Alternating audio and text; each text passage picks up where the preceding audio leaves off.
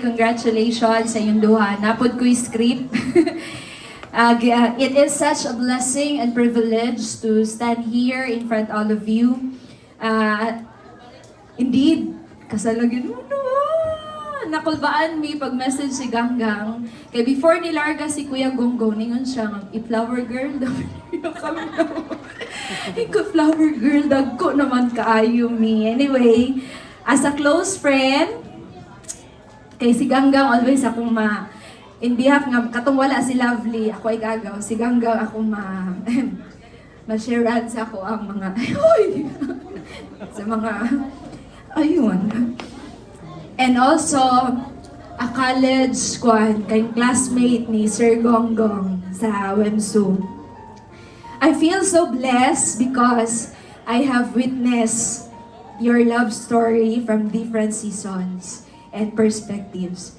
I have seen and testify how your story started from the Swerguelas to courting, tapos every time mag-seminar, di ba Ate Jinx, continue na niya. Mag 30 minutes na sila, pag mahuman ng event, magpalayo na sila, makita lang kay Sarina, t-shirt ng puti, sorry kuya ko. Tapos, kanabitang, maskin layo na si Kuya Gonggong, mag-effort yun na si Kuya Gonggong. Last time, first year dito si Kuya Gonggong sa Taiwan, nangayo siya favor sa amo ang surprise si Ate Ganggang. Ate Ganggang, palitan og gaming chair and also katong teddy bear. No, makaingon ka, dahil ang gugmang gaurus-urus. Now, today, seeing you finally stand before God and everyone you love, choosing each other for a lifetime, is truly something worth celebrating. Ecclesiastes 4:9-10 reminds you, kamudo ni Kuya, two are better than one. If either of them falls down, one can help the other up.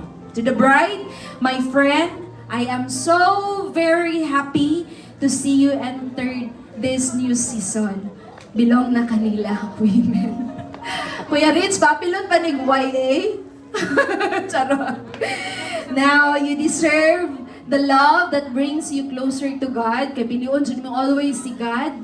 Hangtod nga, maskin sa imong bridal shower, gusto ka mo adto sa YA. Nga meet-ups, di siya gusto sa mua. Kaya gi-surprise na mo siya.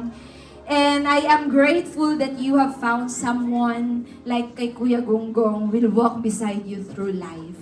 Remember, girl, ingon sila, nadunggan na pud ko ni, ang pride daw, murag panty. Pag di mo ibaba, walang mangyayari. No? From the experts sa mga women ni Gikan. Charat. And to the groom, Kuya Gong, my college classmate and churchmate, now, please take good care kay Ganggang. Love her not only when she is easily to love.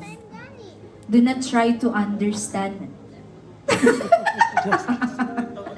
Kay Pastor Along POV. Charot lang. But especially during days when she needs patience, understanding, and reassurance. Be her safe place, her partner, and her prayer partner, maskin lagyo pa man mo karon. But I do believe mo sunod si Arvelin. Congratulations once again. And ayaw kabalakan, narami always sa inyohang luyo mag-ampo na daghan inyong baby. And enjoy mamayang gabi and the rest of the Thank you po. Salamat. Alright, thank you so